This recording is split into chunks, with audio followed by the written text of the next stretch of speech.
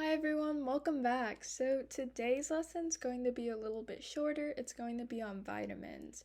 Vitamins as a topic in USABO is very useful to know because when questions show up about it, you really don't have to think about it if you already know all these facts about vitamins.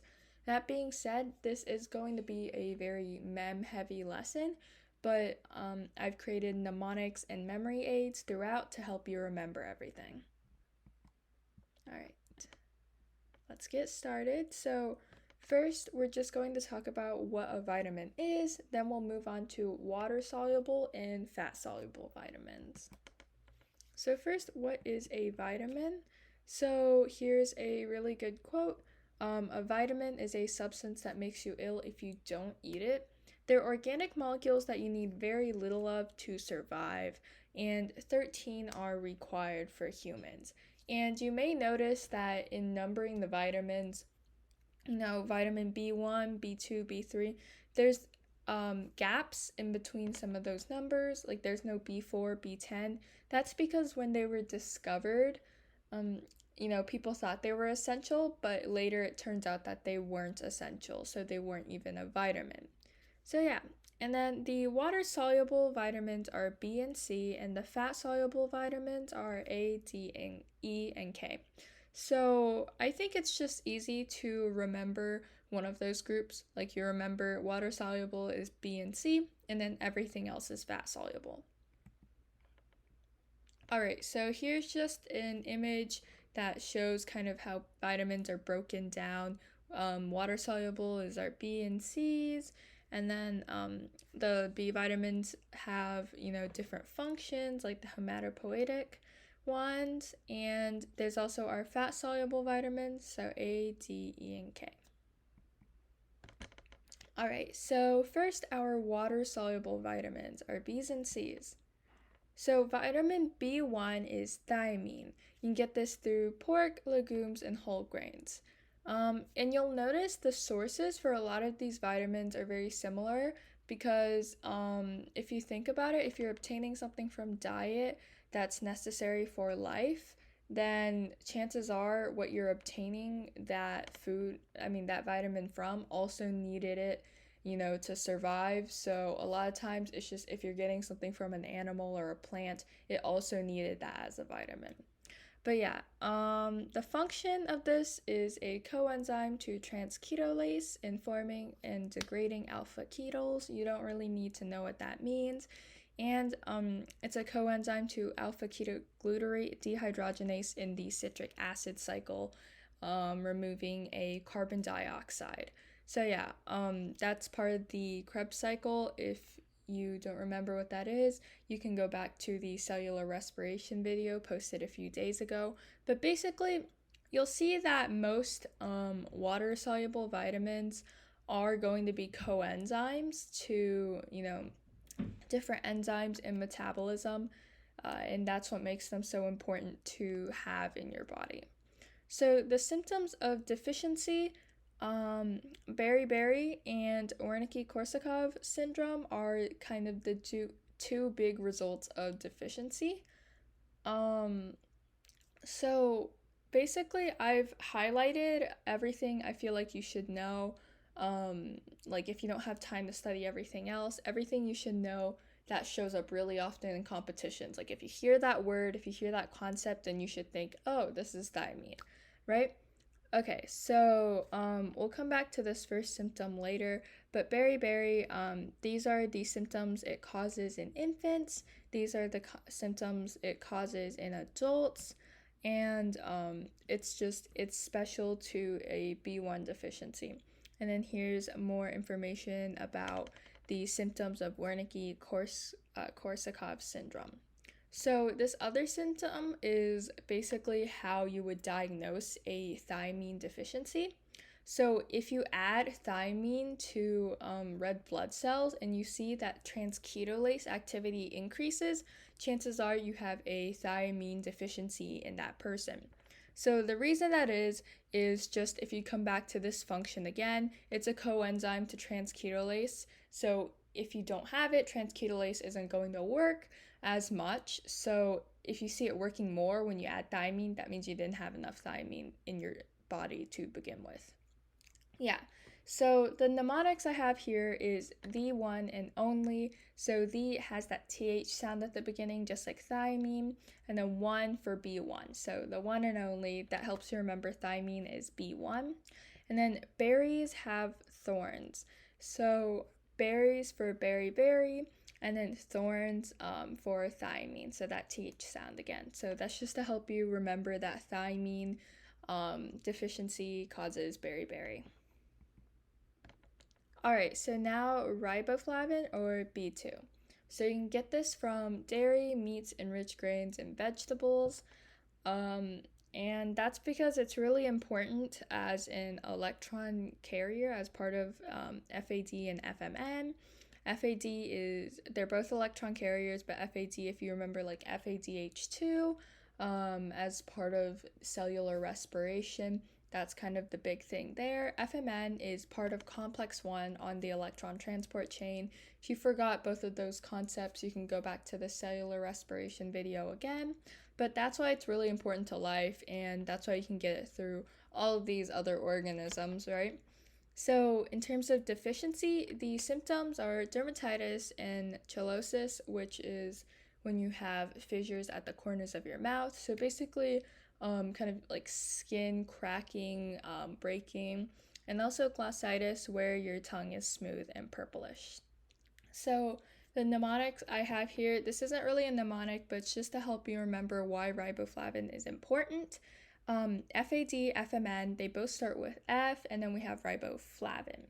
So I just like to remember that riboflavin is B2, and then moving on to niacin, I just like to remember that this is B3. They're very important vitamins that get brought up a lot. So I just kind of remembered that. Hopefully, if you have the mnemonics for the other ones, these two should be easy enough to just kind of memorize. So yeah, niacin, also called nicotinic acid. You can find it in all of these sources, and it's very low in corn. So the interesting thing about corn is this gets brought up a little bit kind of in biology competitions and study.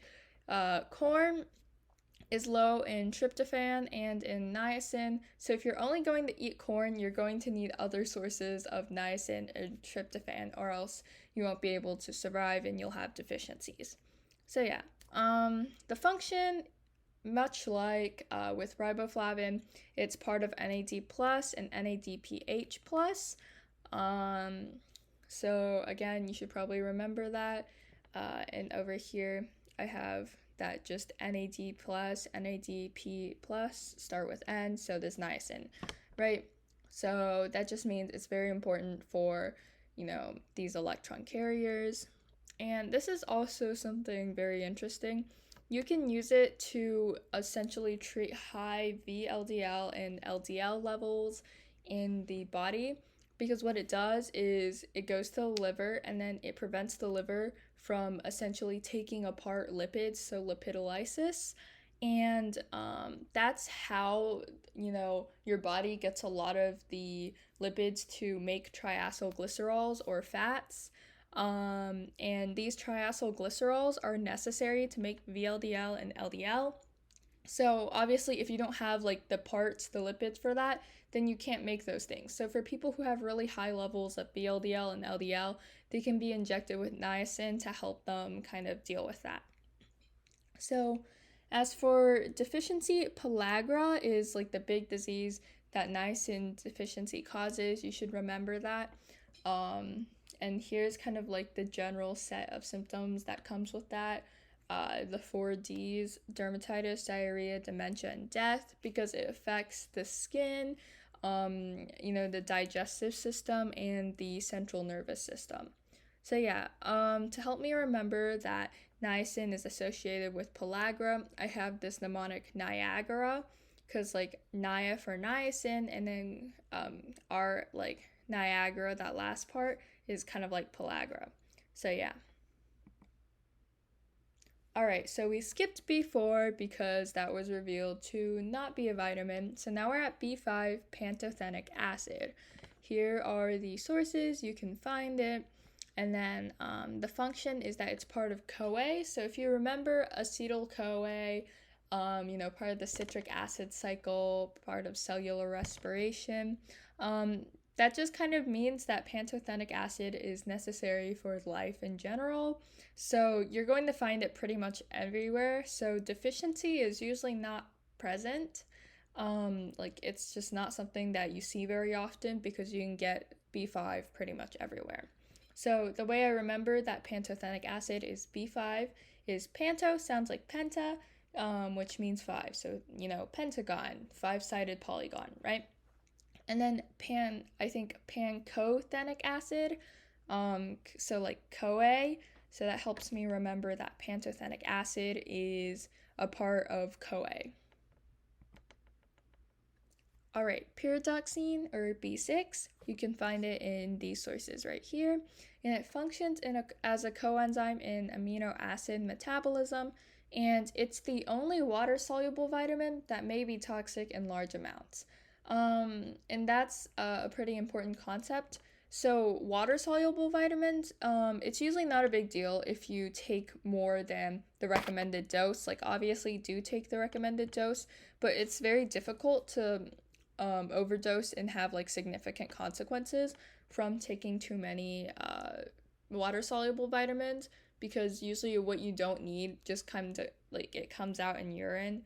But for fat-soluble vitamins, A, D, E, K, the issue with those is that since they're fat-soluble, they stay in your body, they stay in your fat tissue, and they can accumulate, which is bad because, that can lead to a lot of issues since they're accumulating. So yeah, but B6 is the only one that can cause issues in large amounts, or significant issues in humans. So symptoms of deficiency: irritability, convulsions, muscular twitching, and anemia. So basically kind of neurological type symptoms, and those are the symptoms that appear if you have too much pyridoxine as well. So the causes could be taking a drug called isoniazid. I think, it's for pneumonia, and essentially what it does is it just creates an inactive form of pyridoxine. It turns the pyridoxine inactive. And also for infants, if they're not fed enough pyridoxine, that could be an issue, and also alcoholism. But in general, it's not something you see very often, because it's an important vitamin to have, and usually like the deficiencies are induced as opposed to just you're not getting enough of it. So the way I remember that pyridoxine is B6, that pyridoxine, that makes me think of a pyramids, and then I think like triangles, because pyramids are kind of like 3D triangles, and then triangles, obviously 3 sides, and then this is B6, right? So 6 is a multiple of 3, so I just think, pyridoxine is B6, because I know that B3 is niacin. Alright, so biotin, B7. You may have seen this one as, part of multivitamins. But, here are places you can get it. And yeah, it's made by intestinal bacteria. And the function is that it's a coenzyme in fat synthesis, glycogen synthesis, and amino acid synthesis. And it has the symptoms if you're deficient. And it's kind of important to remember, to remember the skin conditions that would be associated with deficiency. So if you've heard, taking biotin is good for your skin, hair, and nails. If you're deficient, it may cause skin issues. And then it's usually pretty difficult to be deficient in biotin if you're eating a normal diet. But it can be induced if you're eating raw egg whites. But you'd have to eat more than 20 for anything to happen, and that's because of I think it's a glycoprotein called a Vitin, that essentially deactivates biotin. Yeah, so the way I remember biotin is B7. It's not that great of a way, but I just think biotin is 6 letters long, 6 plus 1 equals 7, because it can't be 6 because pyridoxine is 6. So yeah. Alright, folic acid. So this is also called folate, and it's B9. So you get this from green vegetables, oranges, nuts, legumes, whole grains. And then the functioning form is called tetrahydrofolate. It's a coenzyme and in amino acid synthesis, and it's a coenzyme in synthesizing purines and thymine. So, nucleotides.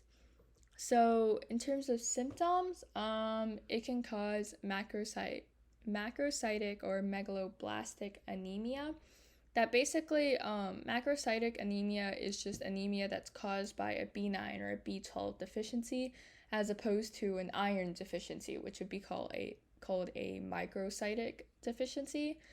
Anemia. And the reason why it's called megaloblastic is megaloblasts are red blood cell precursors, and if you have this type of anemia, you'll often end up with a lot of megaloblasts in your bone marrow where they're not usually supposed to be.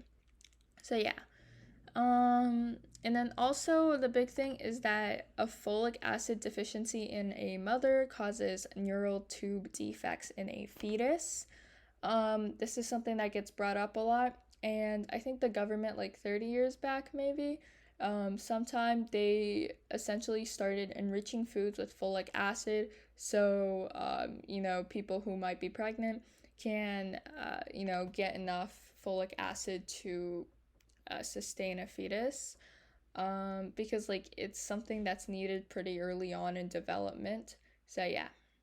The causes of a deficiency may be increased demand from a pregnancy, but also small intestine problems that can make it so you're not absorbing all the folic acid you need from your food.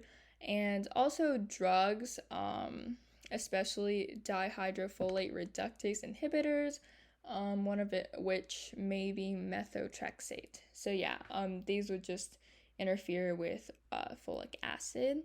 And the way I remember folic acid is B9 is folic acid is 9 letters long, and then folic starts with F, and so does fetus, so that helps me remember that folic acid deficiencies cause neural tube defects in fetus.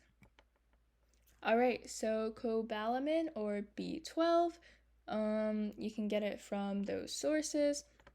Interesting thing is that the only way you can get cobalamin is if microorganisms make it. So you can only get it from the microorganisms in your own gut or those from another, animal. So basically animal products or yourself. So the function is it's a coenzyme in turning homocysteine into methionine. And this is really important for nucleic acids in red blood cells. So essentially what happens is while you're turning homocysteine into methionine, you're also converting a form of folate into a different form of folate, and then that second form of folate is important for making nucleic acids, and thus for things like red blood cells, like where they like if you're making new ones, you have to have DNA, right? So you'll see that's why cobalamin deficiencies have like an impact on red blood cells. But yeah, the other use of cobalamin is that it's a coenzyme in the isomerization of CoA during the degradation of some amino acids and odd carbon fatty acids. So the point about the fatty acids is if you have a deficiency in cobalamin, you're not able to degrade those fatty acids properly, and they can accumulate in the brain, which causes some of the psychiatric symptoms that are associated with a cobalamin deficiency. But yeah, let's move over to the deficiency section. So again, this can cause macrocytic anemia because of the folate trap hypothesis I was just talking about. Basically, what happens is you're not going to get in. If you're not turning enough homocysteine into methionine, you're not getting enough of that second form of folate that's necessary for making nucleic acids. And that becomes a pretty big deal for, places in the body that are rapidly dividing, like the mucosa of, your stomach, of your digestive tract, but also your bone marrow where you're making your red blood cells. So that can result in you just not making enough red blood cells because you can't have enough DNA to, do all the replication. So that results in that anemia that you see with cobalamin deficiency. And yeah, a deficiency can also result in neuropsychiatric symptoms, like I mentioned, because of the fatty acids. And then the way you can see if someone has a cobalamin deficiency is if they have high levels of methylmalonic acid in their blood. So yeah, that's just something that comes with a deficiency. So a cause of a deficiency may be pernicious anemia. This is a word you should remember. Basically, what happens is that your own body attacks your parietal cells in your stomach, which make intrinsic factor. So remember intrinsic factor, it's a glycoprotein that helps you absorb cobalamin. So it kind of like, holds cobalamin's hand until it can go into, part of your small intestine, get absorbed, get put in the bloodstream. But basically, intrinsic factor made by parietal cells are really, really important for absorbing cobalamin. And this is a big reason why you might not have enough cobalamin in your body. Oh, all right. So ascorbic acid or vitamin C, you can get it from your citrus fruits, broccoli, and tomatoes. Basically, a lot of things that are sour you can get vitamin C from. But yeah, citrus, big thing, think oranges, lemons, right? So the function, it's a reducing agent in several reactions, and it's a coenzyme in hydroxylating prolyl and lysyl residues of collagen. This one's a pretty important one to remember. Just remember it, helps with making collagen. Also helps you absorb iron from your intestines, and it is an antioxidant. So in terms of deficiency, big thing you should remember is that vitamin C deficiency causes scurvy, and this results in sore and spongy gums, loose teeth, fragile blood vessels, swollen joints, and anemia. And then all of these symptoms essentially come from defective connective tissue. So and that's because vitamin C is important for making collagen. So if you're not making your collagen properly, you're going to have issues with your connective tissues. And that's why you get all of these symptoms. So what's interesting is that pirates used to get scurvy a lot while they were out at sea because they weren't getting enough vitamin C. So I like to think pirates at sea to remember, vitamin C and scurvy. All right, so now on to our fat-soluble vitamins. That's A, D, E, and K. So retinol is the most popular name for vitamin A. There are a lot of forms of vitamin A, and you don't really need to know them all because they're just quite similar. They can get converted in between, but you can find them in dark green and orange vegetables and fruits. So if you've ever heard of like beta carotene and carrots and dairy. So the most important function of vitamin A you'll hear is it's a component of visual pigments. It's part of rhodopsin. I believe it's just like a modified form of vitamin A plus an opsin protein. And it's important in bone development and growth, in reproduction, and in maintaining epithelial cells. So if you've ever heard of using like retinol for your skin, that's kind of where that comes from. So a deficiency of vitamin A, so the early stages you might get night blindness, so you can't see that well at night.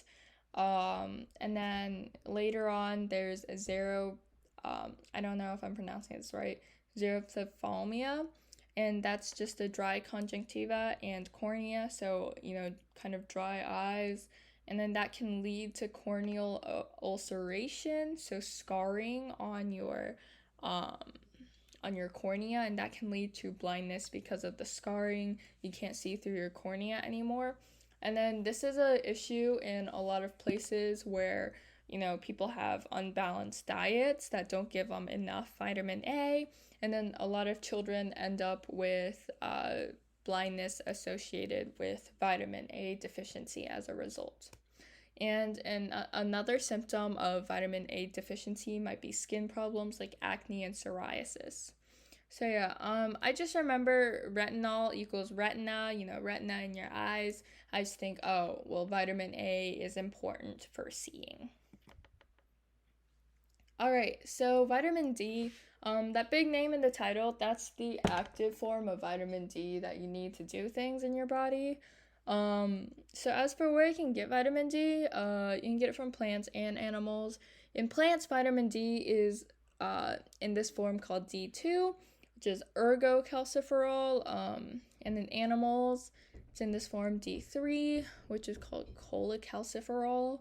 You can get that from like dairy and egg yolks. So the main thing here is vitamin D maintains plasma calcium levels by increasing calcium uptake in your intestine, retaining calcium in your kidney, and then stimulating resorption of bone when needed.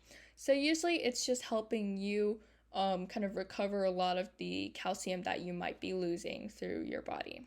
So symptoms of deficiency could be rickets in children where your bones aren't mineralized completely, so you end up with like bones that are kind of like soft and pliable, and osteomalacia in older people, which is where you have bones that were normal but they start demineralizing because vitamin D isn't there to kind of maintain them. So as for mnemonics, the only one I have for vitamin D just helps me remember ergocalciferol versus cholecalciferol.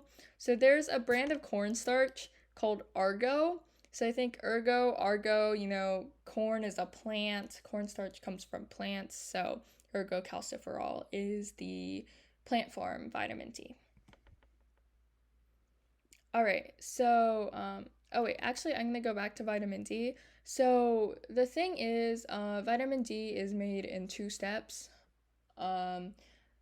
Essentially, or I guess 3 steps. So you can make it in your skin. UV light kind of essentially helps a step that turns it into dihydroxycholecalciferol, and then it turns into 25-dihydroxycholecalciferol in the kidney. And then that's kind of just how it floats around, usually in your blood. And then when you need vitamin D, it goes to the liver, and then it becomes 1,25-dihydroxycholecalciferol. So yeah, that's just kind of where the name comes from. You should probably remember where those modifications are. I've seen it come up once. So yeah. And then Tocopherol. So you can get that from basically oils from vegetables, vegetable oils. Nuts have a lot of oils, seeds have oils, and its main function is that it's an antioxidant. Deficiency symptoms might be defective lipid absorption/transport. You might have sensitive red blood cells, abnormal cellular membranes, and nervous system degeneration. Basically, since it's an oxidant, it helps maintain your cellular membranes, so you're going to end up with issues with those if you have a deficiency. So yeah. Okay, last one, vitamin K, also known as phylloquinone or menaquinone, depending on where it comes from. There's also a synthetic form, I believe it's called like menaquinone, but phylloquinone comes from plants. Phi, I think, is like a very plant prefix, and menaquinone is from animals, or I think it's from bacteria actually. But yeah, you can get it through tea, green vegetables, and colon bacteria. And then that's kind of a big part of what vitamin K is. You get it through your colon bacteria. And it functions in blood clotting. So it synthesizes prothrombin and also certain blood clotting factors. So you're going to need it for making those things, and that's for blood clotting. So that kind of explains why we suddenly went from, vitamin E to vitamin K, like we didn't have anything in between. Because K, I think this is where the name came from. So K for coagulation, it might be in a different language, or might be in English, but they couldn't use the C since vitamin C was already something. But yeah, K for coagulation. And then deficiency symptoms might be hypoprothrombemia. Basically, that just leads to defective blood clotting. So if you hear anything about, someone's blood's not clotting right, chances are it's a vitamin K deficiency if they're looking for a vitamin deficiency. Causes might be antibiotics. I think I spelled a word wrong here, but basically this decrease absorption in your gut. So, you know, you might be eating enough vitamin K, but you're not absorbing enough. And then also with newborns, they don't have that colon bacteria to make all that vitamin K yet, because, you know, we kind of get that just from, you know, growing up. So usually what they recommend is newborns should get a shot of vitamin K, you know, soon after they're born, so they don't end up with issues with blood clotting. So yeah, that's the end of the video. Thank you so much for tuning in. I really hope this was helpful. I'll have a problem practice coming out, you know, in the next few days. So hopefully you'll check out this as well. Just last thing I have to say is this is a really important topic. It's essentially free points if you just memorize this stuff. And honestly, especially in like tests like semis, you really want stuff that's just, you know, straight memorization. You don't have to think about it, so you can save your brain power for later. So yeah, again, thank you so much for watching. If this video helped you, please leave a like, and subscribe for more. Thank you so much.